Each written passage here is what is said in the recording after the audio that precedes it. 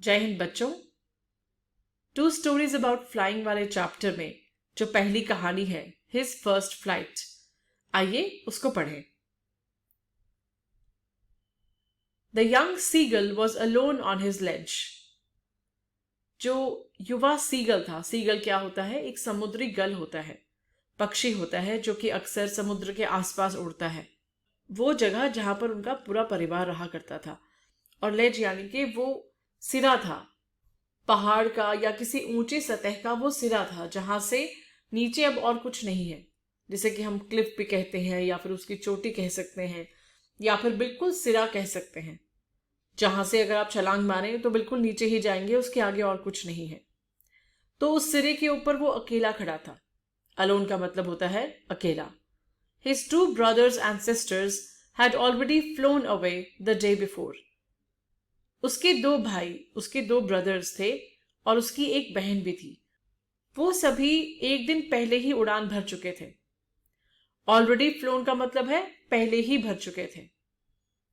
He had been afraid to fly with them।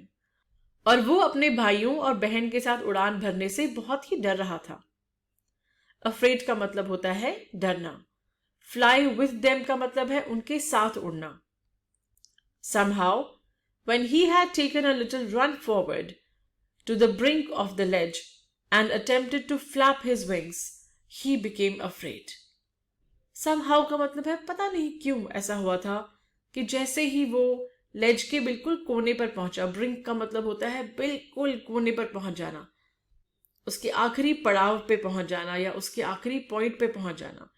जैसे ही वो उसके आखिरी पड़ाव पर या आखिरी पॉइंट पे पहुंचा और उसने कोशिश की, अटेम्प्टेड का मतलब है कोशिश करना या फिर प्रयास करना। जैसे ही उसने प्रयास किया अपने पंखों को फ्लैप करने का, फ्लैप यानी कि पंखों को फड़फड़ाने का। पहले पंख फड़फड़ाने थे उसे, और पंख फड़फड़ाने के बाद उसने पंख खोल करके वहां से छलांग मार देनी थी ताकि वो उड़ जाता। लेकिन जैसे ही उसने अपने पंख फड़फड़ाए वो एकदम से भयभीत हो गया।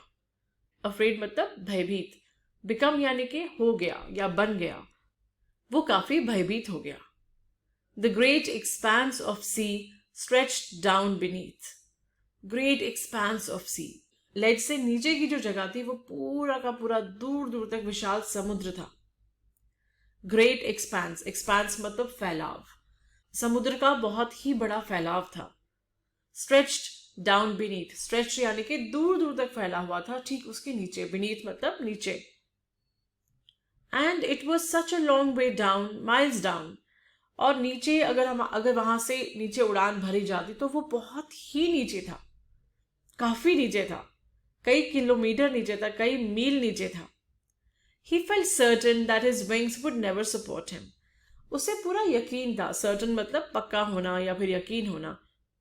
उसे पूरा यकीन था कि जो उसके पंख हैं वो कभी भी सपोर्ट नहीं करेंगे, वो कभी भी उसका साथ नहीं देंगे। So he bent his head and ran away back to the little hole under the ledge where he slept at night। तो उसने अपना सिर झुकाया, बेंड हिज हेड का मतलब है उसने अपना सिर झुकाया, और सिर झुका करके वापस उस छोटे से होल में, छोटी सी जगह में, छोटे से गड्ढे में चला गया जहां पर इनका पूरा परिवार रहा करता था। यानी सिर झुका करके वो वापस अपने घर में चला गया क्योंकि उसको लगा कि मैं नहीं उड़ सकता, मेरे पंख जो है मेरा साथ नहीं देंगे।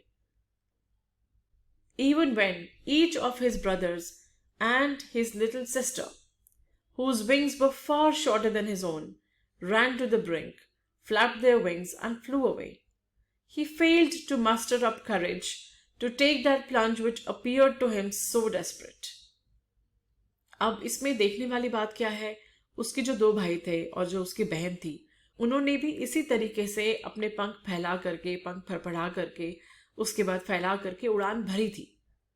और उनके जो पंख थे वो इसके पंखों से काफी छोटे थे, लेकिन इसके बाद भी इसके अंदर बिल्कुल भी हिम्मत नहीं आ रही थी। विंग्स क्या होता है? पंख। शॉर्टर का मतलब है छोटे होना, फार शॉर्टर का मतलब है उसके खुद के पंखों से कहीं ज्यादा छोटे होना। रैन टू द ब्रिंक, वो लोग एकदम ब्रिंक से यानी बिल्कुल कोने की तरफ दौड़े। रैन का मतलब है दौड़ना। फ्लैप देयर विंग्स यानी कि अपने उन्होंने पंख फड़फड़ाए, एंड फ्लू अवे और जाके उड़ गए। ही फेल्ड, फेल्ड का मतलब होता है हार जाना, लेकिन वो हार गया। किस चीज में? टू मस्टर अप करेज।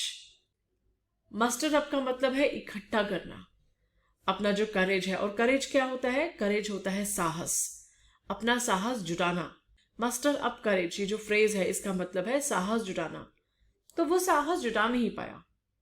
और क्योंकि वो साहस जुटा नहीं पाया, किस चीज का? To take that plunge. Plunge क्या होता है? नीचे की तरफ जाना, या फिर एकदम से पानी में जैसे डाइव कर देते हैं हम, या फिर एकदम से छलांग मार देते हैं। तो उस तरीके से वो एकदम से प्लंज नहीं कर पाया, यानी कि एकदम से उसमें उतर नहीं पाया, क्योंकि उसके अंदर साहस की कमी थी।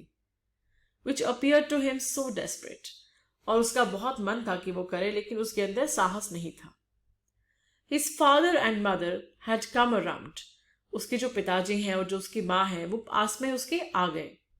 Calling to him shrilly. उसके पास आकर के उन्होंने जोर जोर से श्रिल आवाज, श्रिली आवाज में मतलब जैसे डांटते हुए, गुस्सा करते हुए, बहुत पतली सी आवाज में उसके ऊपर वो चिल्लाए। उन्होंने उसको आवाज दी।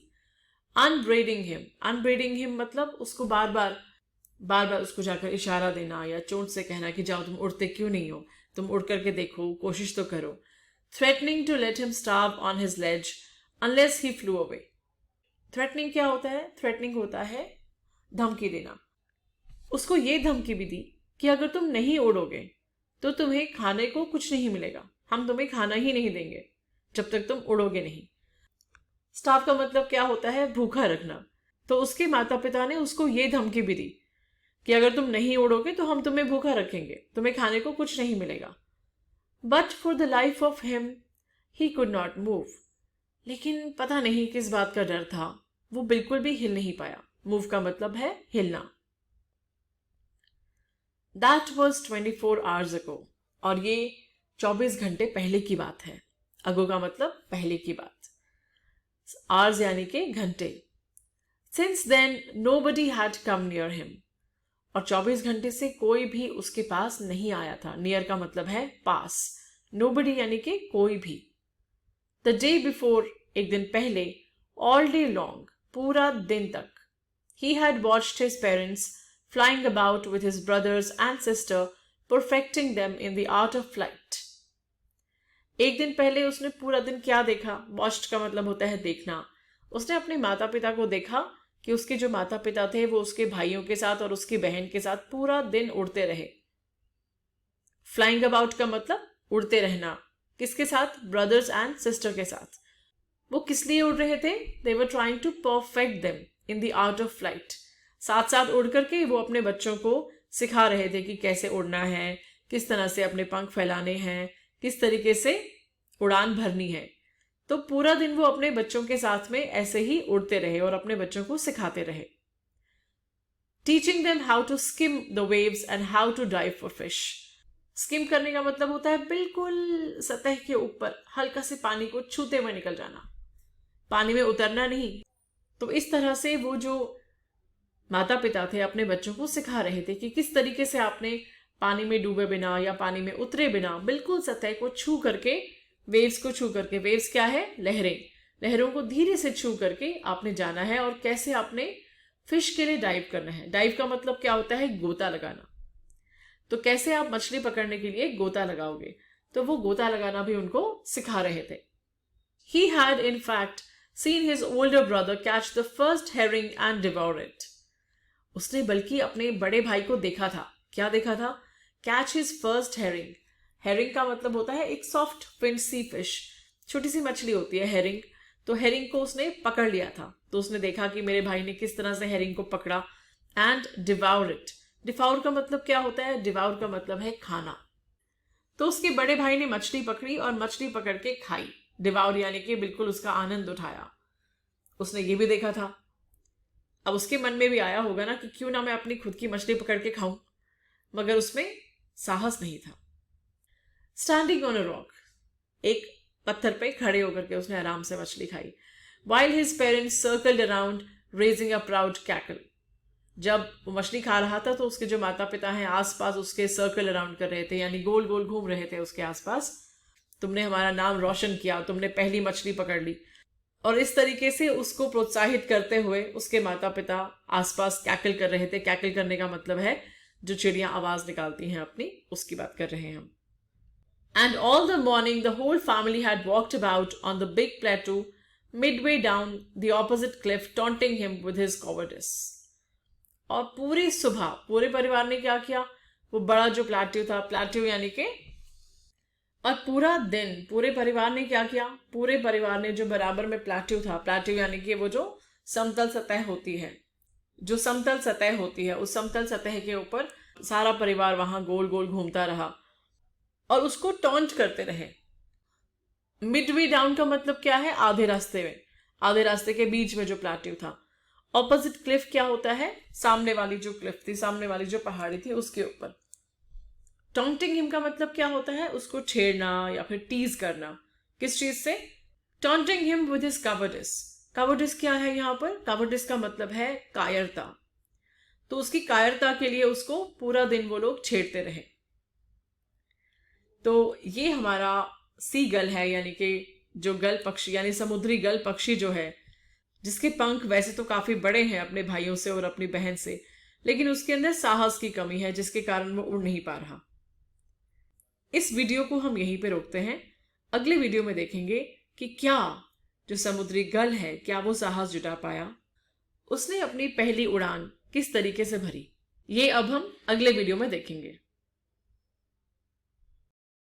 आपके पाठ के बाकी वीडियोस देखने के लिए गूगल प्ले स्टोर पे से मोबाइल एप्लीकेशन डाउनलोड कीजिए, विद्यासार। आप विद्यासार की वेबसाइट पे भी जा सकते हैं, www.vidyasar.com।